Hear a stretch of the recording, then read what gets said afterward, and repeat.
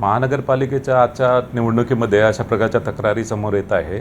आणि ही शाई आम्ही जी वापरलेली आहे ती मार्कर पेनच्या स्वरूपात आहे आणि या मार्कर पेनमध्ये इंडेलिबल इंकचाच वापर केलेला आहे आणि हा जो इंडेलिबल इंक आहे, भारत निवडणूक आयोगाने जो इंडेलिबल इंक वापरला आहे तोच इंडेलिबल इंक आहे, त्याच्यामध्ये कुठलाही दुसरा घटक नाही आहे। आणि याशिवाय मार्कर पेनच्या स्वरूपात राज्य निवडणूक आयोग हे मार्कर पेन 2011 पासून वापरत आहे। त्यामध्ये फक्त